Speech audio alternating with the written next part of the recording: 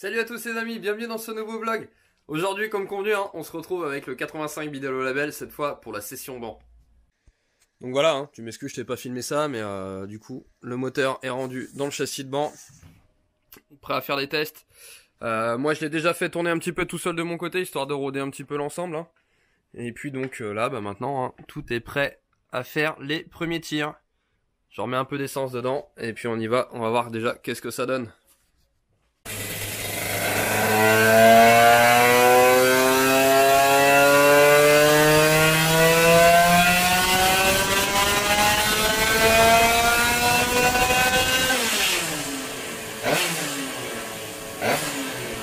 Bon, du coup voilà, tu le vois là, le tout premier tir avec le moteur. Bon, clairement une courbe extrêmement dégueulasse, on voit qu'elle est pas lisse du tout. Enfin voilà, c'est pas du tout ce qu'on a l'habitude de voir. Et en termes de puissance, là tu le vois, 21,6 pour 10,7 mN. Autant te dire, c'est un oignon le truc. Bon, c'est le premier tir. Et c'est là que tu vas comprendre l'importance de faire du banc, parce que là tu vois, donc le premier tir, forcément c'est de 1 avec des gicleurs que j'ai jetés. Je dirais plus ou moins au pif dans le carbu. Bon là on voit que déjà ça tourne pas trop mal, donc je dois pas être trop loin de la vérité. Et au niveau des réglages, ne serait-ce qu'au niveau du calage de l'allumage, tu vas voir que c'est extrêmement important de bien prêter attention à ça, parce que les performances de ton moteur en dépendent directement. Là, ce dont je suis certain, c'est que le moteur manque d'avance à l'allumage. Donc quand je parle d'avance à l'allumage, je vais te montrer, si tu découvres. Tu le vois donc ici, tu vois donc ici c'est le PVL Bidalo, donc le rotor interne. Et en fait, tu vois à ce niveau-là, en fait, tu as 3 vis de fixation qui te permettent de faire varier d'avant en arrière le stator. Donc ça, en fait, c'est ce qu'on appelle l'avance à l'allumage. Et donc là, je vais régler ça. Et à mon avis, je pense que le moteur, il va grassement se libérer. Allez, on va regarder ça de suite. Donc là, je lui remets un peu d'avance manuellement. Je vais pas mesurer, ce qui va petit à petit quand tu es au banc. Voilà, c'est le but aussi, c'est d'essayer. Donc là, j'essaye.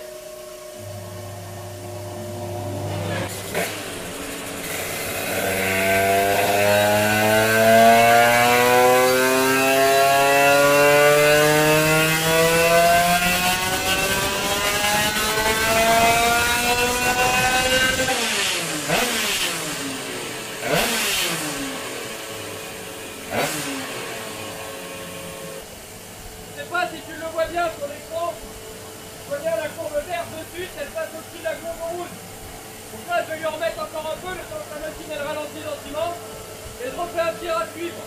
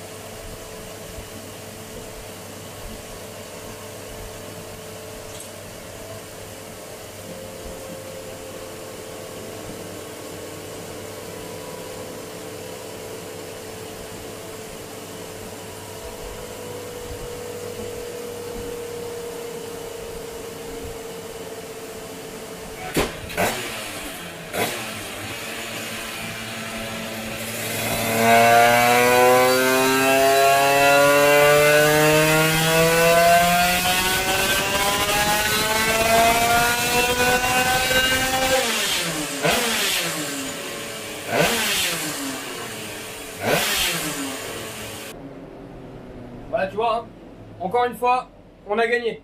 Je vais te montrer ça de plus près, je t'emmène avec moi en direct. Donc voilà, là tu revois les 3 courbes. Donc là, voilà, tu dois comprendre vraiment l'importance du calage de ton allumage, parce que c'est vraiment ce qui va définir aussi le fonctionnement de ton moteur. Donc tu le vois, première courbe rouge, qui était vraiment dégueulasse. On avait très peu de puissance par rapport au type de moteur que c'était, bref, c'était pas normal. Deuxième courbe, je lui ai remis un petit peu plus d'avance, on est passé ici sur la courbe verte. Troisième courbe, je lui ai encore remis un peu, et là maintenant on arrive sur la orange. Donc là maintenant, attention, faut savoir qu'à chaque fois que tu modifies l'avance à ton allumage, il faut aussi réadapter la carburation. Donc là, je vais voir, mais je pense que à mon avis, il doit falloir que j'enrichisse sûrement un petit poil. En termes de chiffres, Donc tu vois, première courbe, hein, on est passé de 21,6 et 10,7 mN à donc la troisième courbe, la orange. Déjà tout de suite on est à 23,8 pour 12 mN de couple. Ça commence déjà à être plus sympa. Donc voilà, hein, l'importance vraiment de ton calage d'allumage. Donc là en l'occurrence je lui ai remis de l'avance, je vais augmenter le calage d'allumage.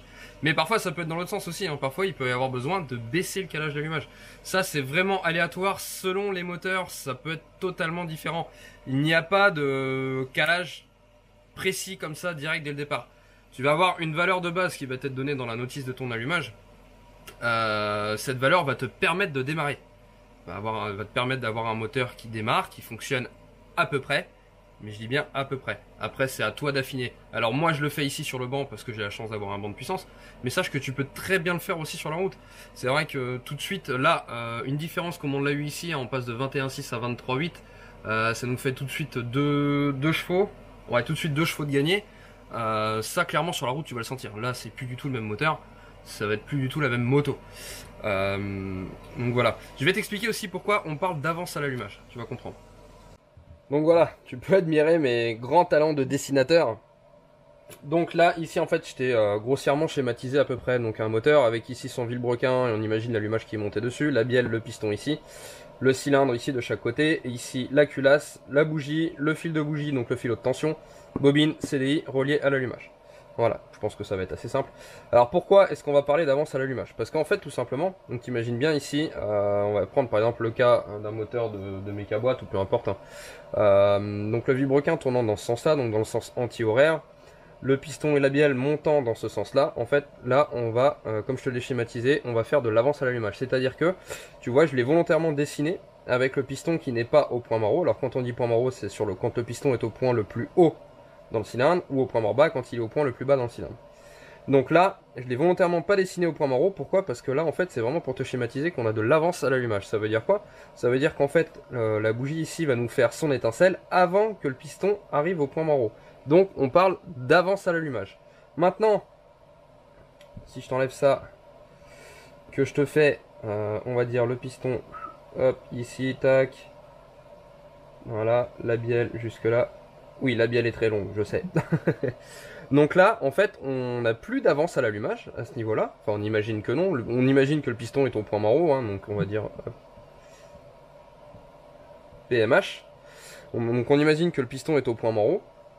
Donc là, en fait, ça va quand même démarrer, mais c'est pas forcément le mieux pour avoir de la puissance. Encore une fois, c'est vachement aléatoire hein, selon les moteurs. C'est pas parce que tu auras extrêmement d'avance que tu seras plus puissant. On verra tout à l'heure qu'il y a certainement une limite. Donc là, on n'a plus de l'avance, hein, on est pile poil sur le point d'allumage. Donc un calage à 0 mm d'avance. Maintenant, si on va dire que le piston était plus bas, donc hop, je le redessine encore une fois. Tac, on va dire, allez, à ce niveau-là par exemple. Clac, clac, non, pas comme ça. Comme ça, c'est un peu plus représentatif. On remet la bielle là, hop. Et que maintenant, au lieu d'être sur ce point de rotation là, on n'est plus sur la montée, mais on est sur la descente. On est toujours dans le même sens de rotation, hein, toujours dans le sens anti-horaire, mais on est cette fois sur la descente du piston. Cette fois, on n'a plus d'avance à l'allumage, mais on a du retard. Et là, par contre, non seulement ça risque de ne pas démarrer, mais si jamais ça démarre, tu peux avoir aussi le risque d'un moteur qui repart à l'envers. Comme c'est le cas souvent avec, par exemple, des allumages MVT.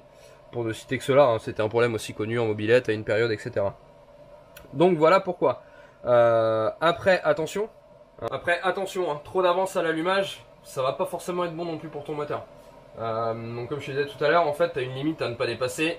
Me demande pas c'est laquelle, je ne sais pas, chaque moteur est différent en fonction de la préparation, en fonction de l'échappement, en fonction de l'échappement et du type de pièce, etc. etc. etc. Donc voilà, il n'y a pas de il faut faire ci ou ça va marcher, non. Tu as un point d'allumage, une avance type qui t'est donné dans une notice, tu te bases à celle-ci pour commencer, et ensuite c'est à toi d'affiner. Donc je te disais, attention avec trop d'avance à l'allumage, parce que de 1, tu vas perdre en performance. Donc c'est à dire qu'à un moment le moteur en fait il va faire ce qu'on appelle, il va planter, il va accélérer et d'un coup il aura plus rien. Donc ça c'est la première chose. En plus il va certainement voir quasiment à chaque fois trop d'avance, de toute façon tu perds de la puissance et donc du couple. Et en plus tu as un risque de casse.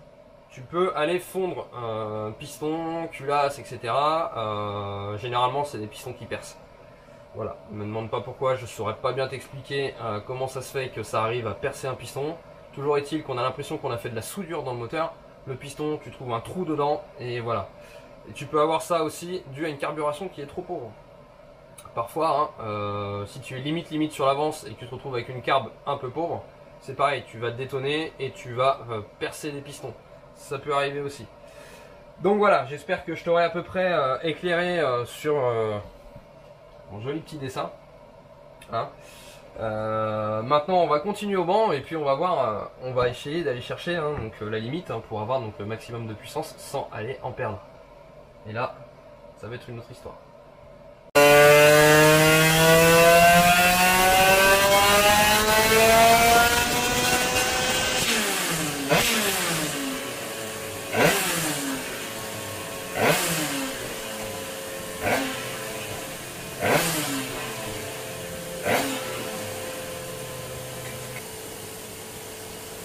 J'ai continué encore un peu sur l'avance à l'allumage.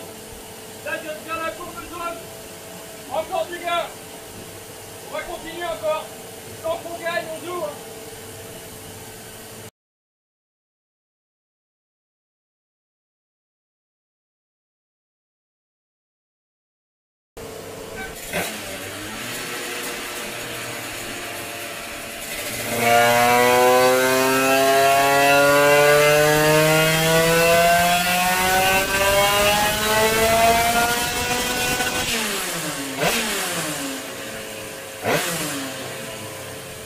Bon, j'ai fait un peu de ménage dans les courbes, hein, et tu vois, comme je te disais tout à l'heure, tant qu'on joue, on gagne. Donc là, j'ai encore gagné. Par contre, on se rend compte de quoi? Donc la dernière courbe que je viens de faire, là, c'est la orange, hein, celle qui est comme ça. On se rend compte de quoi? On se rend compte qu'en fait, là, le moteur, hop, il plante plus tôt. Alors quand on dit il plante plus tôt, ça veut dire, tu vois, qu'il coupe un peu plus tôt dans les tours. Sur la courbe verte, j'allais un petit peu au-dessus des 15 000 tours. Là, sur la courbe orange, je m'arrête entre 14,5 et 15, donc on va dire 14,7 à peu près. Donc là en fait tout simplement qu'est-ce que ça veut dire? Bah, ça veut dire que moi là j'ai atteint la limite sur mon calage d'allumage. Je te dirais même que moi pour le comportement du moteur là je vais lui en enlever un petit peu. Parce que tout simplement c'est pas très agréable d'avoir un moteur qui coupe comme ça en fin de courbe. Je sais pas si toi tu l'auras entendu sur la vidéo hein, mais on entend bien que le moteur il monte et hop d'un coup il cherche à s'arrêter. Comme si qu'il n'y avait plus rien et en l'occurrence hein, c'est le cas hein, puisque arrivé ici voilà il chute vraiment lourdement. Donc là en fait je sais quoi, je sais qu'il faut que je revienne légèrement en arrière sur mon calage d'allumage et que maintenant je peux le mesurer, ça va me donner une certaine idée de ma limite à ne pas dépasser pour ce moteur, encore une fois dans la configuration actuelle. Quand je parle de configuration actuelle, hein, c'est donc là avec ce carbu, avec ce pot, avec ce cylindre, etc. etc. Il faut bien avoir conscience que si je modifie le pot, si je refais une modif dans le cylindre ou quoi que ce soit, il va falloir rechercher le calage d'allumage, puisque le calage d'allumage optimal du coup ne sera plus le même. Donc voilà, en termes de performance, je vais te montrer un petit peu comment ça a évolué. Donc là, j'ai fait un peu de ménage, hein, comme je te disais dans les courbes. J'ai laissé toujours la toute première courbe que j'ai faite tout à l'heure, donc la rouge, on était à 21,6. L'avant-dernière courbe que je t'ai montré là à l'instant, c'était la verte avec 24,4. Bon, elle était d'une autre couleur, hein, mais voilà, comme je te disais, j'ai fait du ménage. Et là, celle que je viens juste de faire, c'est la orange à 24,9. Donc voilà. Donc tu vois, hein, du premier tir, on est passé d'un oignon. Alors quand je dis un oignon, c'est vraiment le truc, il avait rien dans le sac, à là quelque chose qui commence à respirer. Ça devient sympathique. Donc là maintenant, le test qu'on fait, j'ai rallongé un peu l'échappement. Donc j'ai mis une petite cale entre la prise de l'échappement et le pot pour le rallonger de 5 mm. On va voir ce qui se passe.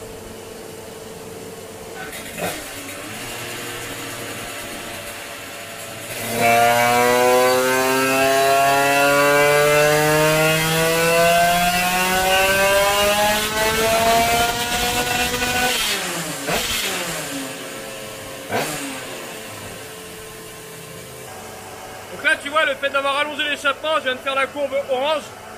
J'ai un léger gain dans l'accélération et sur le couple maximum également. Par contre tu le vois, ici je perds en régime. Donc maintenant qu'est-ce que je fais? Pour essayer d'aller récupérer du régime, je vais baisser un peu l'avance à l'allumage, donc réduire mon avance. Et je refais un test.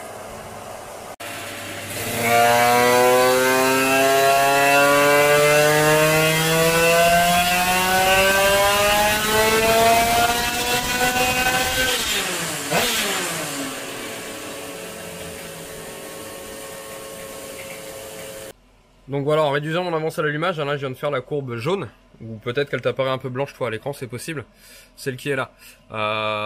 Donc tu vois, entre la orange et la jaune, du coup j'ai récupéré un petit peu de régime maximum, on le voit ici. Bon par contre, en termes de puissance maxi et de couple maximum, c'est pas ce qu'il y a de plus intéressant. Bon, voilà, ça donne une base de travail. Le moteur pourrait rester comme ça, hein, mais je pense qu'on peut encore essayer de l'améliorer les choses. Donc on va voir. Bon les amis, hein, je continue les tests. Là, du coup, j'ai passé déjà un autre échappement dessus. Je vais te montrer un petit peu ce que ça a donné. Donc, reste plus que 2 courbes à l'écran pour le moment. J'ai sélectionné les meilleures et celles qui me permettent vraiment de travailler. Donc tu vois, une courbe rouge et la courbe verte. Donc la courbe rouge que tu vois là, si je dis pas de conneries, c'était la orange que tu as vu quelques secondes plus tôt dans la vidéo. Donc moi forcément elle a changé de couleur. Pourquoi? Parce que je supprime les courbes ici qui me servent à rien. Et en fait plus elle remonte ici, plus elle reprenne la couleur en fonction du sens que ça arrive. Enfin bref. Donc là tu vois, je te disais tout de suite 2 courbes différentes. Donc la courbe rouge avec le pot 80 Bidalo 80 WR du client, le pot qui m'a fourni. La courbe verte, j'ai posé le pot 96 WR que j'avais, donc moi une version 2017 dans les premières versions du pot WR. Donc là, qu'est-ce qu'on voit hein, tout de suite, on a récupéré pas mal d'accélération ici, un petit peu de couple à bas régime, pour arriver à un couple maximum identique. Par contre, voilà, ici on perd de la page d'utilisation, mais on a un poil plus de régime quand même. Déjà, c'était pas dégueulasse. Maintenant, je vais essayer autre chose, parce que là, je tourne un petit peu en rond sur le moteur, à force de tester des choses, il se passe plus grand chose. Donc ça fait beaucoup de choses. Donc là maintenant tu vois j'ai passé un autre échappement sur la machine. Je te montre directement ce que c'est hein. Voilà, forcément tu le vois, un pot KRM. Donc ici on est sur le pot KRM 90 100 cm3. Et on va voir ce que ça donne hein, en espérant que, je croise les doigts hein, qu'il va se passer quelque chose d'intéressant. Bon voilà, c'est toujours pareil, hein. De toute façon on sait jamais trop à l'avance ce qui peut se passer, il n'y a jamais de choses qui sont bien définies, malgré que là ce soit un 85 cm3. Autant il pourrait marcher avec un pot 80 cm3, autant il pourrait marcher avec un pot prévu pour un peu plus gros. Bref, je vais faire le test et on voit de suite ce que ça dit.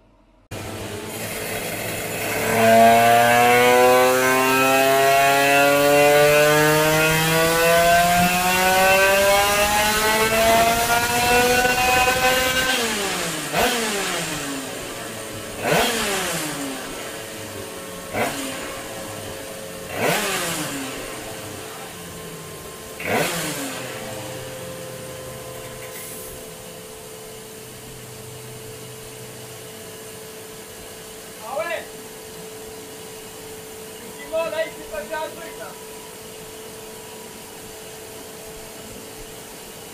Je vais refaire un deuxième tir quand même.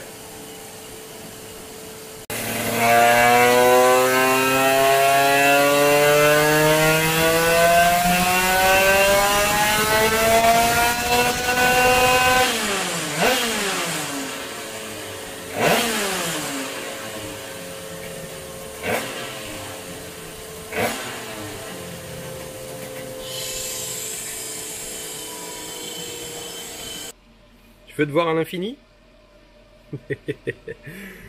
Bon là les enfants, il s'est clairement passé quelque chose.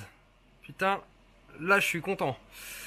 Du coup donc les 2 dernières courbes que je viens de faire, donc c'était la courbe orange avec le pot KRM 90-100.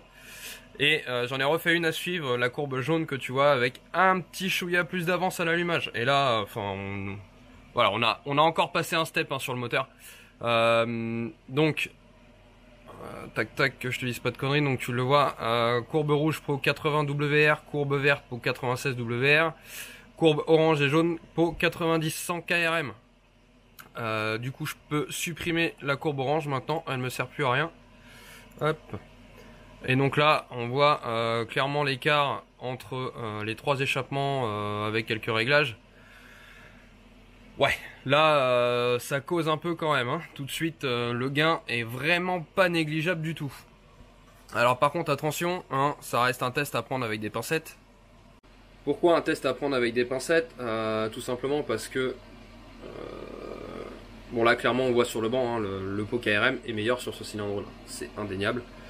Par contre pour autant ça veut pas dire que le pot Bidalo est mauvais. Faut pas oublier que c'est un pot WR qui n'a pas été conçu pour les cylindres factory comme on a là actuellement sur ce moteur. Cylindre factory hein, étant d'ancienne génération. Donc voilà, ça explique certainement le pourquoi du comment aussi. Mais bon là, le gain franchement c'est vraiment intéressant hein. On récupère l'accélération du 96 WR sans l'espèce de creux qu'il y avait à partir de 11 500 tours, tout en allant chercher plus de puissance et plus de couple et en prenant toujours quasiment 15 000 tours. Waouh, là c'est au top, c'est vraiment au top. Encore une fois, hein, tu le vois l'intérêt de faire du banc et de tester des pièces un peu en tout genre, hein, parce que tu te dis voilà c'est un moteur 85. Pourquoi on mettrait un pot 90-100 dessus qui est censé être prévu pour plus gros? Ben moi je te dis pourquoi pas, en fait, tout simplement, tu vois, il n'y a pas de... Encore une fois, comme je te disais pour le calage d'allumage, il n'y a pas de choses qui sont un peu préfondées et où tu te dis, bah il faut mettre ça parce que c'est ça. Non, en fait, le seul moment où tu peux te dire il faut mettre ça parce que c'est ça, c'est parce que tu le sais, c'est parce que tu l'as essayé. Et surtout parce que tu es capable d'argumenter le pourquoi du comment. C'est pas juste parce que moi j'ai monté cette pièce, ça marche, donc je dis aux copains, ouais c'est ça. Non, il faut... si tu sais que ça marche, il faut vraiment... je dirais entre guillemets le prouver. Tu peux pas te dire que ça marche juste comme ça parce que tu roules plus vite en fait. Non, ça veut rien dire. Enfin bref, là plutôt content du résultat. Je vais continuer encore à bosser et on va voir jusqu'où ça va nous mener.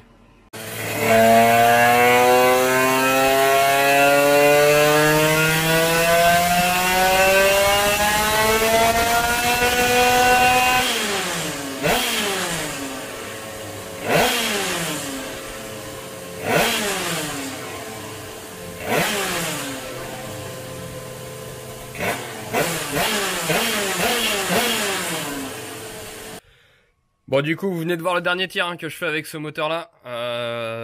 Voilà, j'ai encore libéré la chose.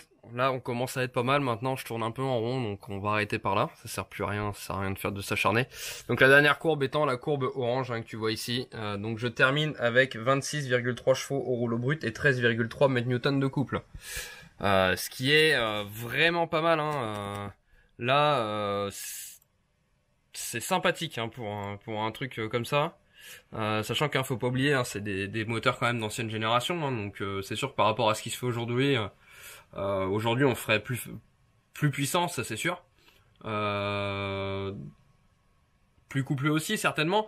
Enfin voilà, mais là pour un cylindre factory qui est sorti maintenant, il y a, je dirais, je vais pas dire de conneries, mais je crois que ça va être 4 ou 5 ans. C'est déjà vraiment sympathique. On arrive à un truc qui marche extrêmement bien avec de la plage d'utilisation, qui prend du régime, une puissance et un couple assez sympathique. Enfin, voilà, je pense que Brice, à mon avis, tu vas t'amuser avec ça. Là, bon, je te parle de chiffres maintenant un peu plus global et non les chiffres au rouleau pour que ça soit un peu plus représentatif pour toi. Je te montre ça directement. Donc, sur la dernière courbe, hein, tu le vois, donc 26,3 pour 13,3 mètres-newtons de couple. Maintenant, on va regarder à la jante. Ça nous fait ici 28,3 chevaux pour 14,5 mètres-newtons de couple. Et au vilebrequin, on est quand même à 31 chevaux, plus de 31 chevaux. On est à 31,2 et 15,9 mètres-newtons de couple. Ouais, ça va vraiment être sympathique, ça c'est clair. Donc maintenant, hein, dernière étape, hein, c'est de... regardez à combien mon allumage est calé, parce que forcément t'imagines bien que j'ai pas arrêté de le déplacer, de le bouger en fonction des tests que j'ai fait, en fonction des échappements, etc. J'ai essayé des différentes cales de longueur, tout ça sur les pots, enfin voilà, il y a eu quand même pas mal de développement de fait. Donc je vais regarder où ça se situe, et puis je te tiens au courant. Hein. On démonte la bougie, ensuite hop, je vais aller chercher le comparateur. Donc tu vois, hein, comparateur... tout ce qu'il y a de plus standard avec un support pour pouvoir le mettre au niveau de la bougie. Hop. Donc je viens visser le support à la place de ma bougie. De toute façon, t'inquiète pas, je te ferai un tuto spécifique calage d'allumage avec les différents allumages qu'on croise le plus souvent, je dirais. Donc t'en fais pas pour ça. Si t'as peur, si tu sais pas trop t'y retrouver avec le calage d'allumage, tu vas voir. Je vais te faire un truc où tu devrais comprendre normalement. Là. Ensuite, je viens chercher mon point mort haut. Là, je l'ai. Je mets mon comparateur à 0. Hop.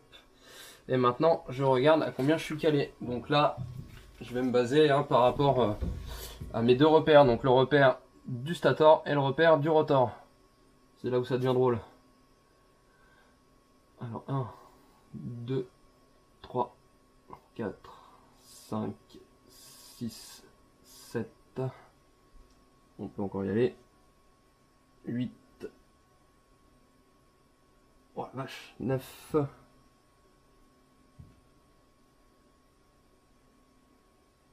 Et ouais, c'est ça. Je suis à 9. Ah, je vais aller. Attends, je vais aller chercher une petite lumière pour me rendre compte. La lumière. Ah ouais, c'est ça, hein. Je suis exactement à 9,05 mm. Waouh. C'est énorme. C'est vraiment énorme. En toute honnêteté, j'ai rarement mis autant d'avance à l'allumage quand même. Mais bon, comme quoi, hein, voilà, le moteur a quand même un fonctionnement qui est sain, qui est tout à fait normal. Je le disais, le moteur a un comportement qui est sain, qui est tout à fait normal. Enfin, bon, bah, de toute façon, peu importe le chiffre qu'on a sur l'avance maximale du moteur, enfin maximale, l'avance au calage du moins. Tant que le moteur fonctionne normalement, moi je vois pas la raison de prendre des soi-disant précautions, quoi que ce soit. Si la carburation est bonne derrière, il n'y a aucun lieu que ça casse. Mais vraiment aucun. Peu importe, même si c'est au 98 ou quoi que ce soit. Ça m'inquiète pas du tout si tu veux savoir. Donc voilà, hein, pour rappel, là où on a commencé, là où on a fini. Donc on a commencé avec la courbe verte et on finit sur la courbe rouge. Du coup, maintenant que tu connais l'avance hein, qu'il y a sur ce moteur-là avec les pièces là, hein, je le dis bien, c'est vraiment particulier à ce moteur. Je comprends mieux pourquoi le moteur ne marchait pas du tout à ce point-là au départ. Comme quoi, hein, vraiment, des fois, moi j'ai mis une valeur de calage d'allumage un peu passe-partout, je dirais, hein, qui permettait de démarrer, mais quand même un peu passe-partout. Bon, généralement, ça varie de, allez, plus ou moins 4-5 dixièmes. Là, j'avais commencé à 7 mm. Je suis rendu à 9 mm quand même, c'est impressionnant. Mais bon, ça fonctionne, donc voilà. Au passage, si tu veux savoir, gicleur principal 160, gicleur secondaire 52. Voilà, au niveau des réglages avec un carbu de 32 bien sûr. Allez, sur ce les amis, j'espère que cette vidéo vous aura plu. J'essaie de vous en montrer le plus possible, hein, moi en faisant du banc. J'espère que tu auras découvert des choses encore une fois, j'espère que tu en auras appris beaucoup. Si c'est le cas, je compte sur toi, n'hésite pas à partager, à liker, à mettre un pouce bleu, lâche un commentaire aussi, enfin voilà. On vient de passer aujourd'hui les 13 000 abonnés, donc encore une fois merci à vous tous, hein, sans vous ce serait pas possible. Mais sans tous vos partages, ce serait pas possible également, donc encore merci, et puis on se retrouve très vite pour une prochaine vidéo. Salut!